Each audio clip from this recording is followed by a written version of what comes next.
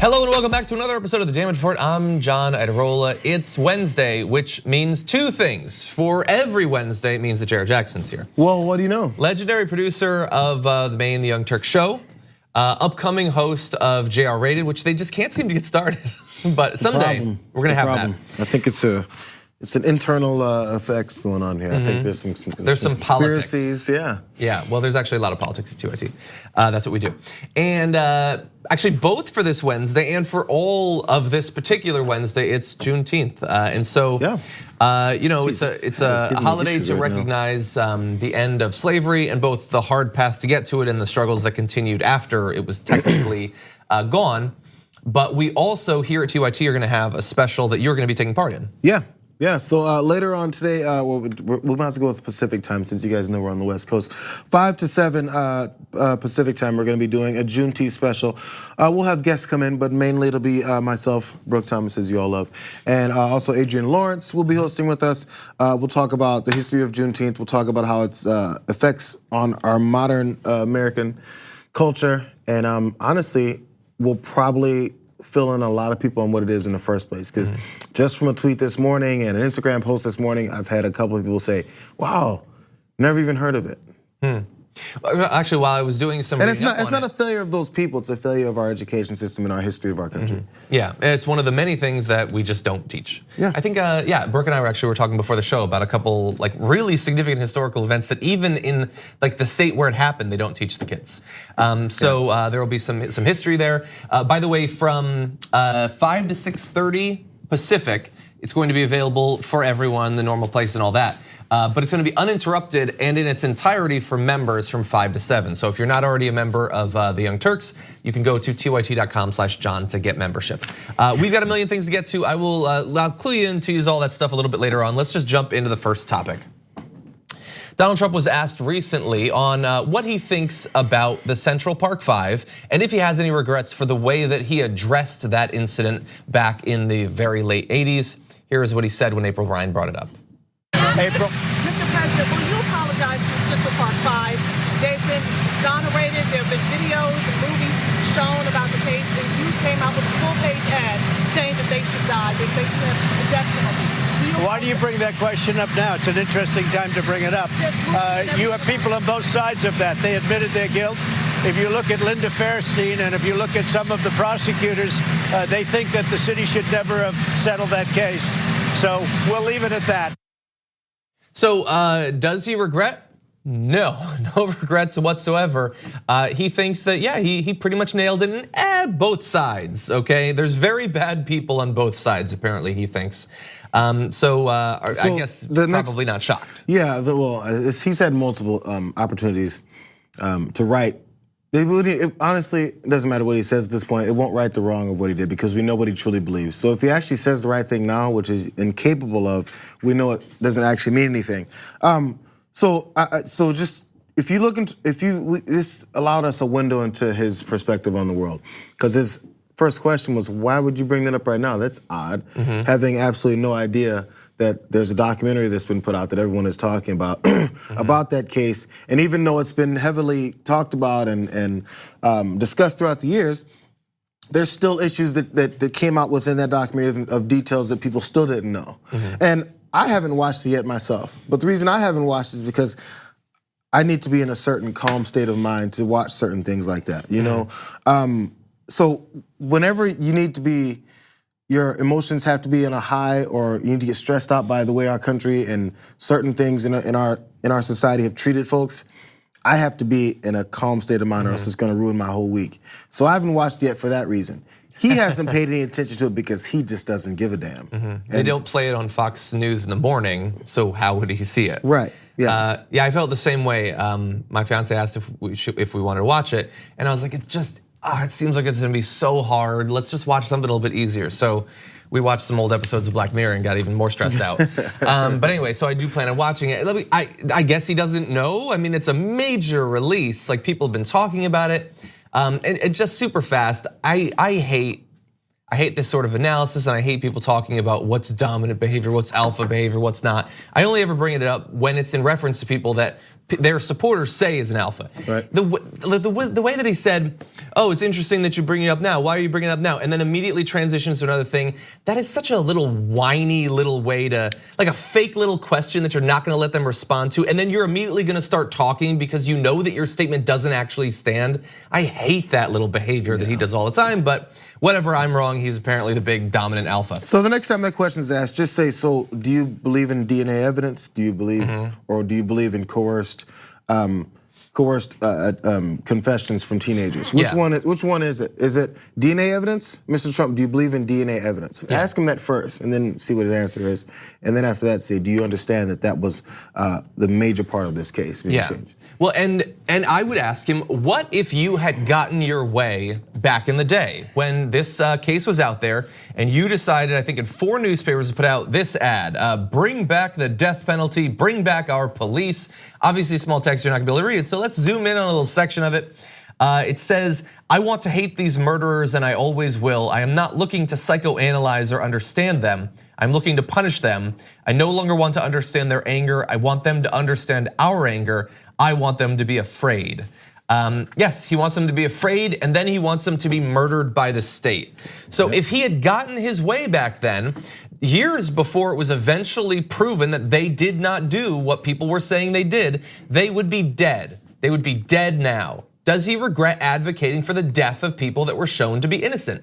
He doesn't, of course. He thinks they should have been killed whether they did it or not, because he's so angry. He's not looking to understand, he's looking to express his rage, and he still does that. All these people that he's locking up in concentration camps on the border, some of whom have already died, more of whom will die.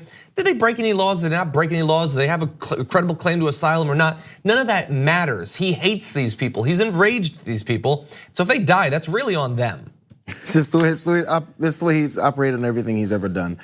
So also ask him, maybe when folks have been exonerated, or maybe you thought your Supreme Court justice that was accused of all these allegations, how unfair people were to them. If you're a person who believes in fairness, you might want to also ask him, why is it when it comes down the line of minorities that are accused unfairly and wrongfully of a crime that you're still looking to kill, versus white folks that were accused of things that you were completely in defense of them for? Why is it that line keeps getting drawn for you? Yeah. And maybe you can understand why a significant portion of our population acknowledges your racism. And I want to give you, we sometimes fill in all the details, sometimes we don't. So I want to make sure that you know this, he has come back time and again to this topic and how much he wishes, even after it had been proven by DNA evidence that they didn't do this, after it was found out exactly who had done it, Matthias Reyes, how much he wishes these people had been killed. So he said this is a June 2014 New York Daily News op-ed. "My opinion on the settlement of the Central Park jogger case is that it's a disgrace. What about the other people who were brutalized that night, in addition to the jogger?" Okay, well, what about those people?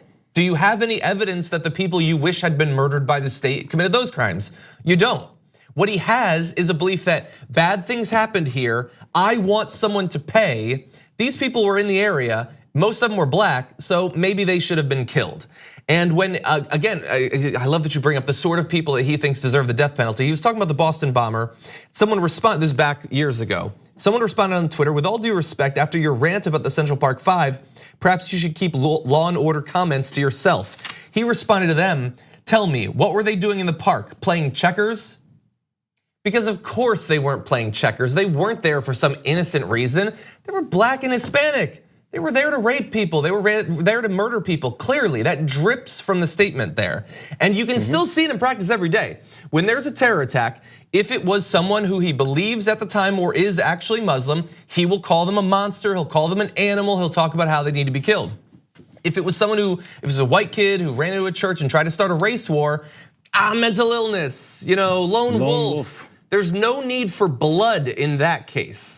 It's the way it works. He launched his presidential campaign with, we need to shut down all immigration only from the southern border until we find out what the hell's going on, because they're rapists, they're murderers, they're killers. Yeah. That's the basis for everything he's ever done. And that's, honestly, that's the reason why he's in office, because enough Americans agree with him. I agree as well. Okay, we're gonna take a short break. We come back. Technically, I guess his campaign for re-election has been launched. We're gonna show you what exactly happened at that rally after this. We need to talk about a relatively new show called the Republic, or UNFTR. As a Young Turks fan, you already know that the government, the media, and corporations are constantly peddling lies that serve the interests of the rich and powerful.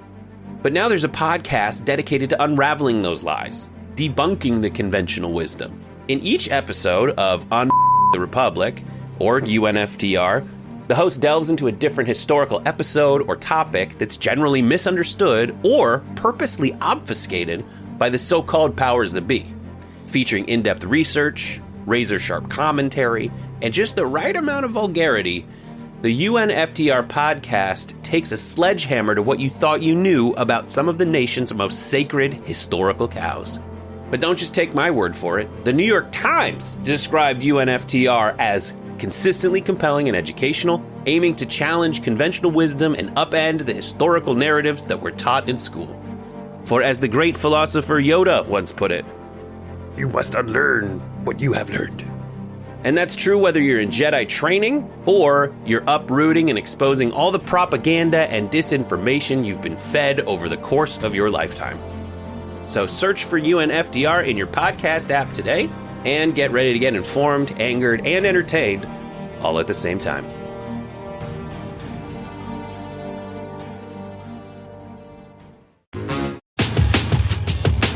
For a Tuesday night, I said, if we have about 3 or 4 empty seats, the fake news will say headlines. He didn't fill up the arena. Okay, well, possibly that was on his mind because he apparently did have a little bit of trouble filling up all of the arena, which is fine if you're not a person who's obsessed with attendance. And this is, after all, for Donald Trump, a big event. This was the official relaunch of his campaign. We'll break down whether that's actually true. So I guess I'm part of the fake news, so I have to evaluate if he actually did fill it. So the arena had a capacity of about 20,000. In his speech to supporters at Amway, Trump said that 120,000 people had requested free tickets, which means not only is every seat gonna be filled, like literally every flight I've been on in the last decade, but you're also gonna have tens of thousands of people waiting outside, right? Well, about an hour before he was scheduled to speak, the lines were gone. The overflow area was virtually empty. And in fact, if you take a look at this photo, one of many going around, there's sections, whole sections that have like 2 people hanging out in them.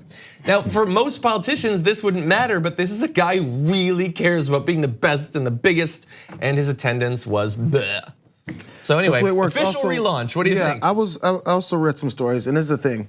I honestly couldn't care less about the number of people that showed up. If 120,000 people did show up, it's actually sad. But so this is good news. It's actually good news for America that they're finally tired of the same song and dance from this guy. So the other part of it is I read there was a report. Okay, I was trying to find the exact report because I was flipping through things this morning about his launch last night, and they said he was busting in people to making sure. I mean, I'm sure they still wanted to be there. I get it, but when you're busting in people to make sure you have those numbers. It again goes to your mentality of I got to make sure I'm on this number point rather than I need to say certain things. I need to convince certain people that aren't there. You're still going to be televised. You're still speaking to Americans. So those 120,000 people that were vying for position, if you're just simply speaking to those folks, you're not going to get reelected. You need to speak to the rest of the country. So the fact that his focus is not on that, but instead on how many numbers he can fill in the arena, which he didn't do, says a lot. Yeah, and look, I'm sort of joking about the official relaunch. That's what he was saying, but of course, as was pointed out on Twitter, he filed paperwork with the FEC the day he was inaugurated to run for re-election. That was the official launch, because that's the actual paperwork. This is really just a rally. We joke that it's the official relaunch or whatever. And honestly, I was expecting, as I alluded to earlier in the week on the Damage Report, that he would do something big. Some big new scary program, like fascism all in your face. We didn't really get that. It was kind of the same pathetic tropes. Like he's still, by the way, running against Hillary Clinton. We'll get to that. Yeah. And that's why a couple things that happened in the media really frustrated me around this rally. Politico has a headline right now, Trump stages his greatest show yet. No, Trump staged another show of the sort that he does. It would be like if I finish a random episode of the Damage Report and they're like, the greatest one yet. It's probably run of the mill. It's probably what we do. And by the way, and this angers me to no end, MSNBC yesterday, if you flicked on it one point, I didn't, but I saw people talking about it on Twitter, empty podium awaiting his speech. Have we learned nothing from 2016? No. You don't have to show the rally live, but even if you're gonna show the rally live, how about show the actual rally and not an empty stage, not implying to millions of your voters, most of whom don't support Donald Trump, that this is the most important thing imaginable, that Donald Trump is going to say something big. Actually, I take it back. They did learn something from the last election cycle. They learned that they can make a lot of money off of this no matter what. So they obviously, at this point, for these elements of it, they don't care whether or not they're promoting him to no end. They're like, well, this gets us more money coming in. I mean, when Trump got elected, people told me, and they're like, oh, well, you know what? It sucks that Trump's in, but you know what? It's probably good for you guys. I said, not really, because my brain can't handle the level of stupidity that I have to listen to every day from him. So they think, oh, it's gonna be great for you guys, because that's all people think about a lot of times. That bottom line of, well, a lot of people are watching. You know, I get what they're saying, but the thing is, for the first, X number of years that I was doing this job, we had Obama. We always found stuff to talk about. There were still problems in the world, and we don't shoot in 4K, and we don't generally zoom in on my face much. But you can see writ large in the fissures and cracks in my face what effect Donald Trump as president has been. So I think I would take a little bit more Obama for my own personal health. Yeah, and so. Look, it's another one of the rallies. I just wish that the media would be a little bit more responsible in how they cover it. Like I will watch and I'll read articles breaking down what was said to see, is there something that we need to counter? Is there something that we need to worry about? But you don't just have to show the entirety of the thing. You don't have to support his narrative. Okay, let's turn to a little bit more of what was actually there, because I want to know, going into this next election, what do we need to be campaigning based on? What is he going to campaign based on? Donald Trump in his rally last night, he hit a lot of the points that you probably are used to at this point. Take a look at some of what his audience was responding with. Here is one chant.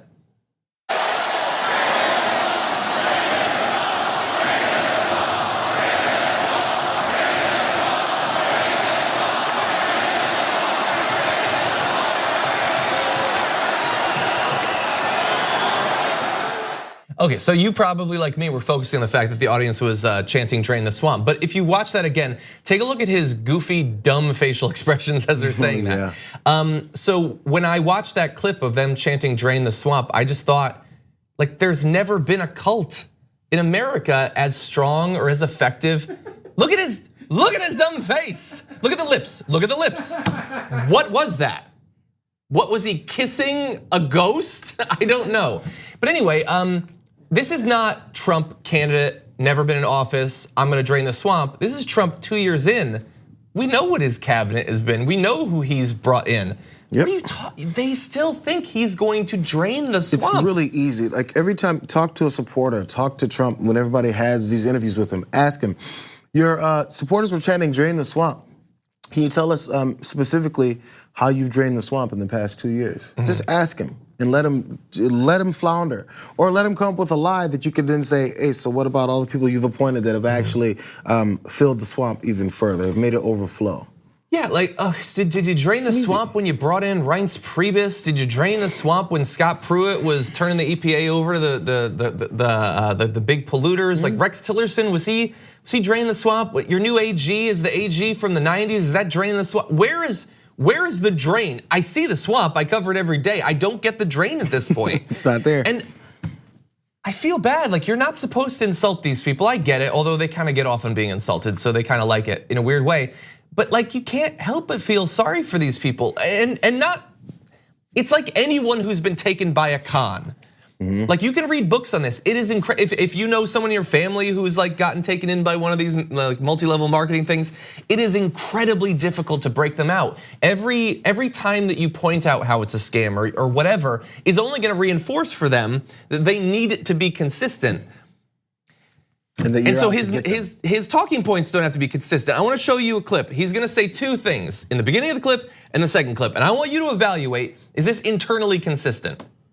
Republicans do not believe in socialism. We believe in freedom, and so do you. We will defend Medicare and Social Security for our great seniors. We will defend it like nobody else. And we will always protect patients with pre-existing conditions, always. Always. We hate socialism. Man, don't you love Social Security? Oh, Medicaid's great. And the audience is like, yeah, socialism sucks. Yeah, I want my socialism. Literally, How do you Social talk to these Security, the people? first word It's is social. socialism. Oh, God. Okay, and now I get it. I get it. The people who go to a Trump rally are not those who were going to try to sway to any candidate. It doesn't matter if it's Biden or Marianne or Bernie. None of them are getting those people. Like, maybe you can get Tiffany or Barron, but none of the others are gonna vote for you, the people who'd show up at that rally. But it's disconcerting as an American, as a human. I just want more, not much more, a little bit more. Man, I grew up watching Star Trek, where they work, they don't even get paid. They just pursue their scientific passions, and they just explore and they learn things. That's what I thought the future would be like. Instead, it's people talking about acid washing emails and crystal clean coal. You take it out and you clean it. Sorry, you lost me on Star Trek. But last thing about that one line with socialism and Social Security. That wasn't a Trump riff where we're like, oh yeah, Trump is an idiot, and he just went off. That was written. Yeah. Someone wrote it down, a speech, and gave it to him and put it on those teleprompters that Republicans used to hate that Obama used. Remember that. And they wrote it and said, here, tell them that they hate socialism, and then say you're down for socialism. Yeah. It wasn't a mistake. Yeah. Tell them they hate socialism, and tell them about the gigantic social programs you that were hard fought by Democratic candidates. Really fast, super fast, just because this segment has mostly been depressing and sad. There was some scary stuff there. So he did tell the crowd, literally, the Democrats want to destroy you and destroy your country. They want to destroy you. At this point, why not just go on the stage and say, the Democrats want to murder you and your family? I don't know, it's the same thing. They kind of do. So led instantly, a couple minutes in, led chants against the fake news in the back of the room. Said that the Democrats are despicable because they're trying to legally go after their political opponents. Then he said William Barr might have to arrest Hillary Clinton. Promised to cure cancer after his son was on stage mocking Joe Biden for talking about curing cancer. So again, the internal consistency was a little bit light there, but this just gives you a little sampler platter of what this campaign's gonna be like. Spoiler alert, it's gonna be hell. And lastly, he also said he was responsible for signing a bill into law that would help with veterans and their healthcare and everything, which in fact it was signed in 2014, because you know President Trump was in office in 2014. If you can't, that like the fact that he can claim credit for a bill that was passed years before he became president, like let's hit reboot on this whole thing. What are we doing as a society?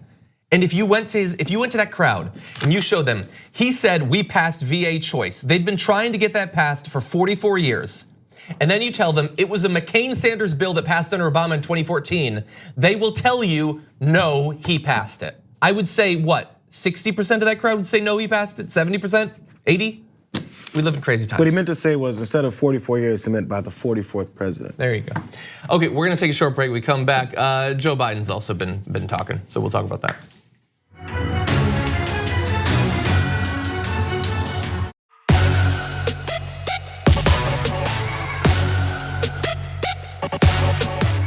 Donald Trump loves to talk about how much he loves the police, but his words have not been matched with funds, reimbursing them for protecting him at a variety of stops across the country. And joining us now to break down the situation is Dave Levinthal, senior political reporter at the Center for Public Integrity. Dave, welcome back to the Damage Report. Hey, John, great to be with you. Good to have you here. So you had a story just last week about Donald Trump, but not just Donald Trump, not reimbursing the police in different cities. Can you tell us how much are we talking about, where are we talking about, and all of that? So the bottom line is that Donald Trump has had more than 60 of these rallies, Make America Great Again rallies, ever since he announced for president, which wasn't yesterday in Orlando, but actually the day of his inauguration when he filed paperwork with the Federal Election Commission. It allowed him to raise money toward his reelection. So he's been traveling around the country, city to city, trying to raise money, get people excited, doing the rallies that he does. And in the midst of doing so, he has effectively left 10 cities with the bag open. And he'll come to town. And of course, these rallies oftentimes will attract 5, 10, 15,000 people. And if the cities that he's going to don't actually own the facility that Donald Trump is rallying at, they don't have a whole lot of leverage in billing him for all the extreme costs, sometimes 5-6 figures, for the police protection, the public safety protection at the event that he's staging. So a lot of candidates over the years have paid bills that they receive from cities after the fact. Donald Trump has taken the approach, John, where he does not pay those bills when he receives them. It's about $841,000 when you add it all up among those 10 cities, which include Erie, Pennsylvania, Green Bay, Wisconsin, Mesa, Arizona, and plenty of others. So that sounds like a lot of money. I mean, it's not really a lot of money if you are the billionaire you say you are, but he's acting as if it's a lot of money. And so I'm curious about a couple things. So do we have instances where he has reimbursed cities for police protection?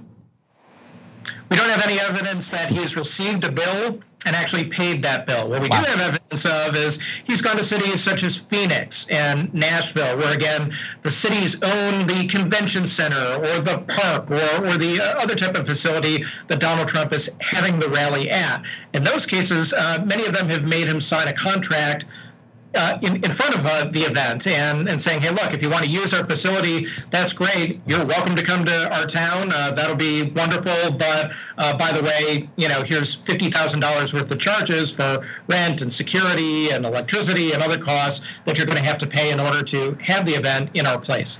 So in the case where there is a written contract, is this actually breaking the law? So there's no law that says that if Donald Trump or any presidential candidate comes to a city, has an event, requires the city to basically provide a whole lot of public safety and police protection, the law doesn't say that the campaign will ultimately have to pay the bill that the city sends them. So it becomes an issue of really what a candidate stands for. Donald Trump is a candidate who time and time again has said, look, I always support law enforcement. I love the police. I am behind the men and women in blue, hither and yon, and yet these cities, which oftentimes are working on a shoestring budget, might not have a whole lot of population, a whole lot of resources. Lebanon, Ohio, for example, city of 20,000 people. Donald Trump, he racked up a police bill that would have run the entire police force in Lebanon, Ohio for two whole days. So that's real money for a small, medium-sized town that's hosting a Make America Great Again rally, but also too left holding the bag after the fact when the Trump campaign isn't paying the bills that those cities send them. So what about other candidates? You talk a little bit in your article about others who have accrued bills and others talking about whether they would in the future pay. So we reached out to every Democratic candidate and we asked them the same question. All right, you haven't had big rallies necessarily like Donald Trump has had, but if you do in the course of the campaign, if you have an event that has 10,000 people come to it and a city sends you a bill, what are you going to do? So Elizabeth Warren, for example, Cory Booker, Pete Buttigieg, among some of the candidates who told us, if we get a bill, we're going to pay that bill. No questions asked. We had other candidates like Bernie Sanders who didn't give really a straight answer, said, hey, yeah, we'll sign a contract if it's at a city facility, but he didn't speak to the notion of paying a bill that he received after the fact. And in 2016, Bernie Sanders was an interesting case. At first, he didn't pay any of the bills that any city had sent his campaign for police protection, for public safety issues. Ultimately, because of some public pressure, we wrote an article, in fact, his campaign paid almost all of those bills off. So ultimately did give the cities the money that they were asking for. And then we had candidates like Joe Biden when we asked them just most recently here for the 2020 election, who just never got back to us. We called, we emailed many, many times, and they just simply had no answer for us at this point. So we don't know whether Joe Biden, among others, are going to go ahead and pay these bills if they receive them. And just for the record, I think they should all pay. I understand it's an expense, but considering the amount, especially in a presidential election, that these campaigns are raising, $15,000 here, $20,000 there, it goes to the police, it shows support for this group, they should just pay it. And anyway, thank you so much for your reporting. It's available if people want to take a look at Center for Public Integrity to get a lot more numbers here. Dave, as always, thank you. Hey, thanks so much, John. We're gonna take a short break here. When we come back, more on Joe Biden, not necessarily about police, but about billionaires. He's been talking with them, and we'll break it down after this.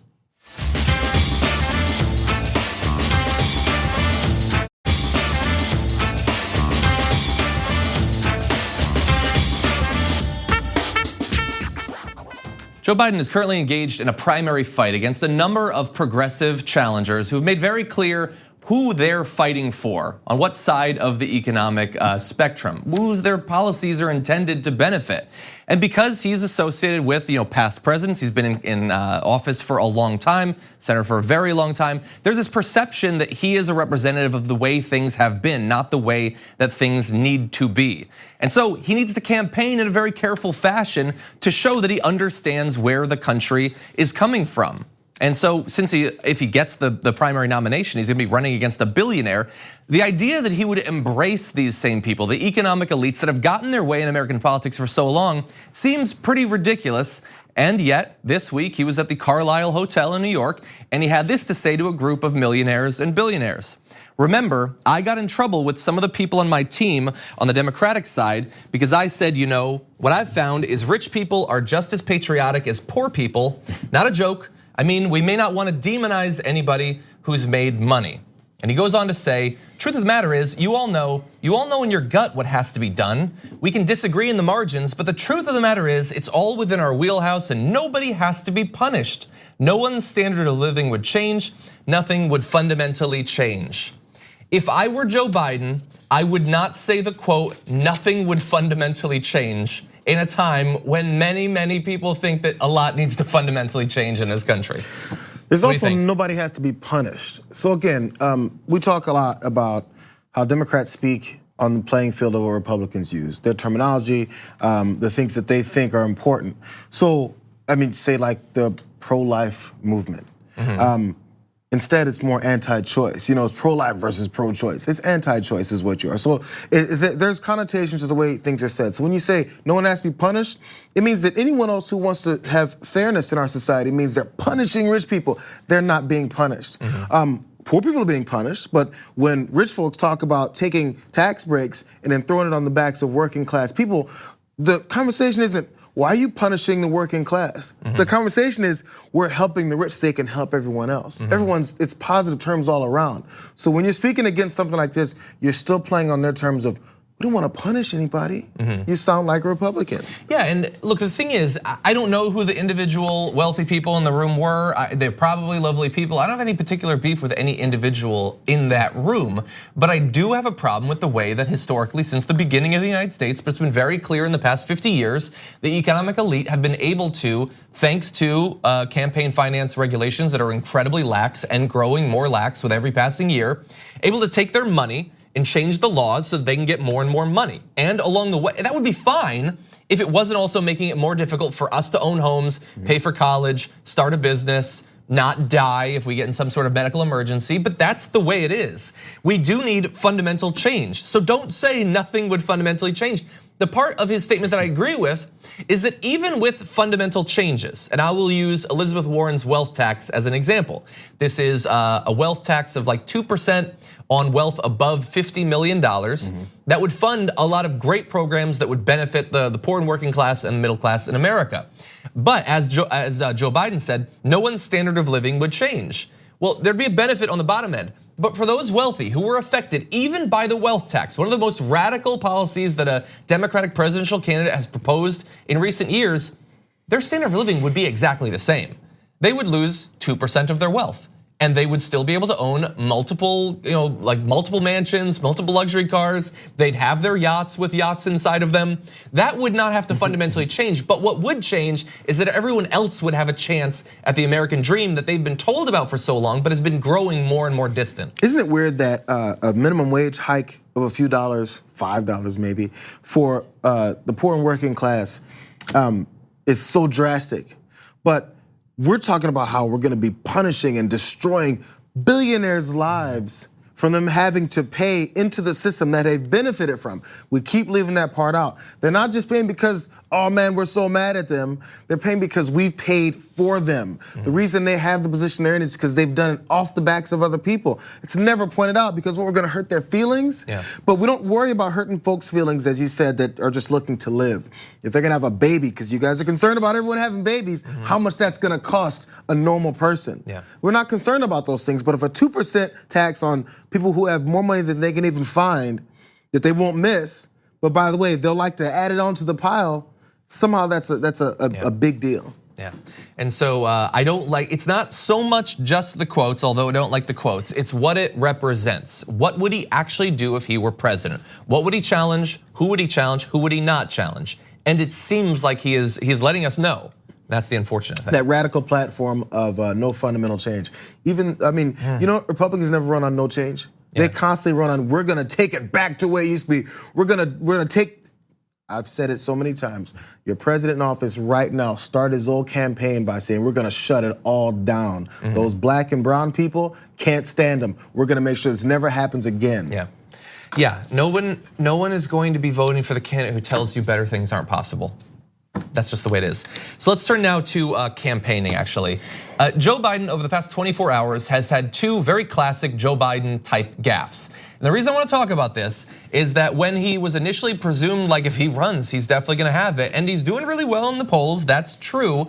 But we keep saying there's a reason he didn't win the other times that he ran for the presidency, despite his Rust Belt credentials or rides the train or whatever you wanna say, Uncle Joe, all that stuff. It's because he's not a good campaigner. He says ridiculous things, he gets himself in lots of trouble. And so we got two for you. First is the one that's not so bad once you hear the second. It was when he was speaking with a bunch of extremely wealthy people in New York, and he said, "You're not the other, I need you very badly." If you're trying to win a Democratic primary, don't go to a group of really rich people in New York and say, "I need you very badly." Say that to real working Americans. But that's the not so bad one. The bad one was, and this is by Edward Isaac Dover was tweeting this, tonight at that fundraiser, he recalled serving with a major segregationist Mississippi senator, saying, "I was in a caucus with James O. Eastland. He never called me boy, he always called me son. He imitated a Southern drawl and said, at least there was some civility, we got things done." That was one of two segregationists that he talked about the great relationship he had with them as an example of how bipartisanship and civility are possible. We can work together even if we appear to disagree. Did you ever call him boy? Did you ever call him son? Did you ever pat him on his head? I feel like he may go, "Take your hands off my damn head." Because people in those certain positions don't deal with disrespect, but they expect other folks to. And hey, as long as he's being nice to me, again, we're playing on their field. Because you have to demand that respect. And when people start doing it like we are now, they don't like it. Yeah, and like if it seems like, oh, you're just trying to tie him to someone kind of bad or whatever. So Joe Biden knew him, worked with him for years and years and years. So I have to assume he's familiar with some of who this guy James Eastland has said. We're gonna bring up a couple quotes. I don't even know how much of this we can show you unblurred, but let's take a look at this. To give you an idea of who this person was, I honestly, I don't wanna read any of it, but the guy referred to black people in Montgomery as slimy, juicy, unbearably stinking racial slur, African flesh eaters. He said that whites should use guns, bows and arrows, slingshots and knives in pursuit of racial slurs that I won't say. The worst, most violent racist rhetoric. According to Jamil Smith, writer for Rolling Stone, Eastland was known as the voice of the white South. He opposed the Civil Rights Act, complained of mongrelization, and spoke of black people as an inferior race. Jamil says, he may have liked you, Joe Biden. He still voted to undermine our humanity. You just disproved your whole point. I want you to think about that last quote from, not quotes, but those things that Eastland had said in the past, right? And we're not supposed to take offense to it. We're supposed to have this positive reaction to Joe Biden working with someone like this.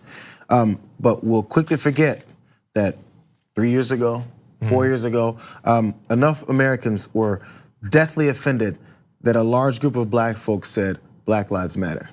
That was offensive, but not all this. Not mongrels, not shooting bows and arrows and guns and African flesh eaters. None of that is offensive. Let's work with those people. But if there's someone that's elected to office, it's a black person that said Black Lives Matter, and a conservative says, hey, I worked with the guy that said Black Lives Matter, he will get his ass kicked out of office so fast, your head will spin.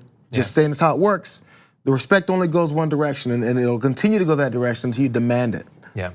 Yeah, so just awful, and you could read more about Eastland and about Talmadge, the other segregationist senator that he talked about, like his great working relationship with, dude, Joe Biden, you're white. That's why you had a great working relationship with them. That's why they were able to bridge the gap and work with you. Not so with other people. When they were fighting against the civil rights movement, when they were fighting against Brown v. Board of Education, that's the sort of people we're talking about. Joe Biden, man. And honestly, at this point, like, we're so early in the campaign. Do you really think this is gonna stop? You think this train of gaffes is gonna end? I kind of doubt it. Not even gaffes at this point. That's true too, yeah. We're gonna take a short break. When we come back, a little bit of fun to close out the hour.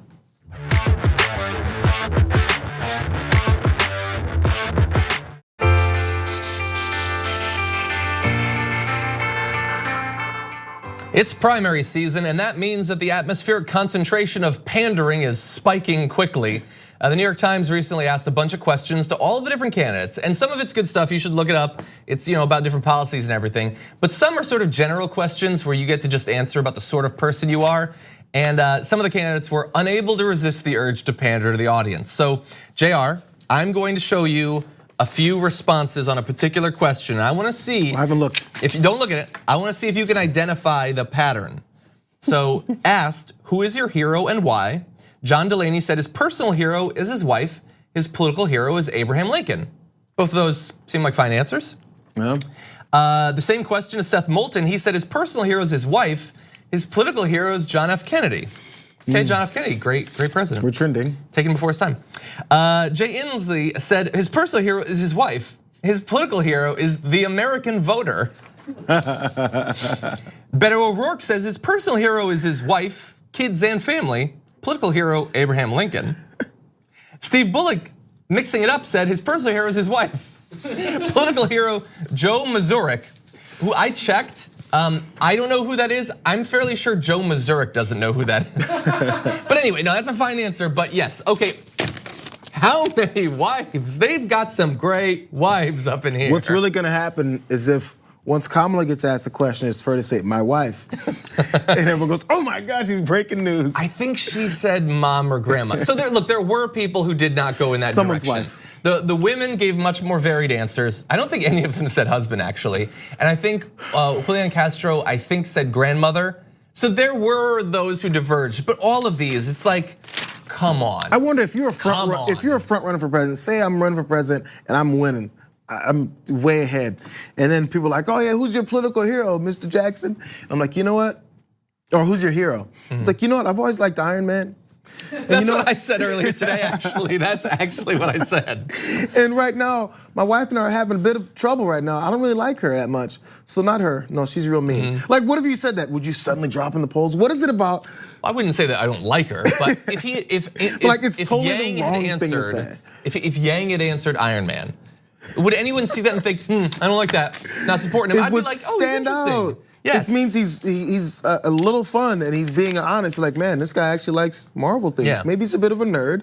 Maybe he used to dress up like Iron Man as a kid. These are things that give you layers. Yeah. The rest of this just has you sit on the same plane as everyone else. If not lie and say something else, why not? Yeah, like saying it's your wife, I'm sure you love your wife. Maybe she is your hero, but that's not why you're saying it here. You're saying it here because you want to seem like you appreciate women, which is fine, I guess, but maybe even worse is Beto O'Rourke saying his kids are his hero. You love your kids. Your kids aren't your hero, I don't think. What did they do that was so heroic, okay? They cleaned up their toys, come on, they're not heroes. heroes. That one time when he was a baby and he took a dump everywhere and it didn't land on me. Hero. Hero. He did it not on the carpet, he did it on the tile. That day he was a true hero. But anyway, yeah, just be real people, be real people. It's so much easier, it's harder work to do it this way. I've always said it. You know what, doing this takes a lot of work. Doing this is really, it's like simple and it's your way of doing things. If you go out and work, you like putting a t-shirt on, that's cool. Rolling up your sleeves and acting like you're wearing a still collar shirt, that's more work. Yeah. Just be you know natural. what people like? People, real people. Anyway, maybe campaign is one. Okay, really fast, Lotto Islet, thank you for your iTunes review that said John and Brooke are the dream team. What a great show. We appreciate that. You've gotten a lot of comments must have been before Jayar Wednesday came on. It was actually. Anyway, thank you for coming on Jayar Wednesday. And thank you for watching, everybody. We got a couple more days left in the week. We will see you tomorrow morning.